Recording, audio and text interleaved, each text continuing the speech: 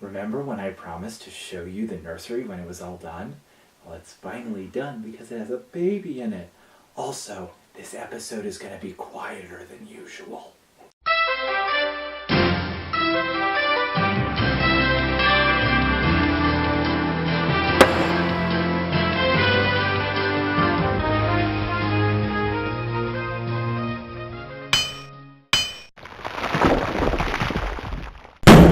Welcome to Ask the Meadmaker, where I, Ricky the Meadmaker, answer your questions about mead making, mead drinking, mead brewing, and really any question you're willing to send to me. I have a guest today. Her name is Nora. As you know, for the last 90-something episodes, I will say from time to time, I am not a shill for, and then some company.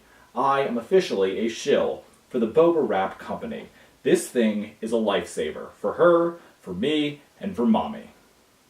Our first question this week comes from Dennis in Ireland, who wants to know if sulfite additions change when you add concentrate versus fresh fruit or some other form. The answer is, I'm not overly particular, or some might say superstitious, about my sulfite additions. I would say, look up online, find a good rule of thumb, and I don't think it really matters what form the fruit is in. Addendum to Dennis's question, he also wants to know whether he should add more nutrient when he adds the fruit if it goes in secondary. And the cool thing about fruit is, for the most part, it's usually its own nutrient. Our next question comes from Ed, who wants to know whether I support degassing even though I support closed fermenters. Now, you can actually degas in closed fermenters.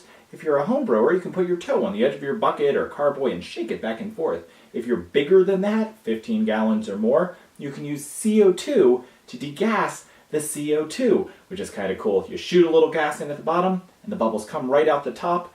So I do support degassing, but not extensively to the point that you risk oxidation.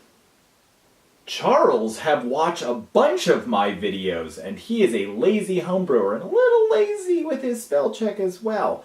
But he wants to know if I support fermenting in growlers, the poor man's way of brewing, and they're just capping them when it's done and drinking them from there. Will it spoil with time? If you leave your mead on the yeast indefinitely, it can cause problems, but then again, I'm a huge proponent of the lazy way of doing anything. Nu har vi en språk for Christian. Hen språk til mig, hvis jeg snakker dansk. Undskyld Christian, det kan jeg ikke. Det kun en joke. Matthew K., you are in luck. I have gotten innumerable questions over the years about Heather Fogg, and I have never answered one because I did not feel comfortable answering about this very esoteric subject. For those who don't know, Heather Fogg is an ancient, we're talking like 500 to 600 years ago, kind of reference to a way of brewing where you use heather with what is called fog, and we don't know what fog is. But the working theory just explored in a paper a couple months ago is that fog is a type of fungal growth related to ergotism.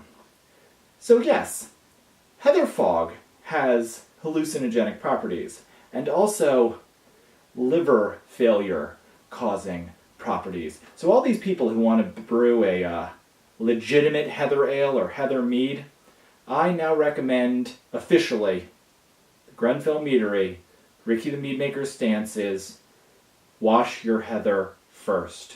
Please don't introduce ergotism into your family's lifestyle. So, Matthew K., congratulations. That is my official stance and the end of our show. Keep sending your questions, and we'll get to them as soon as possible. Cheers.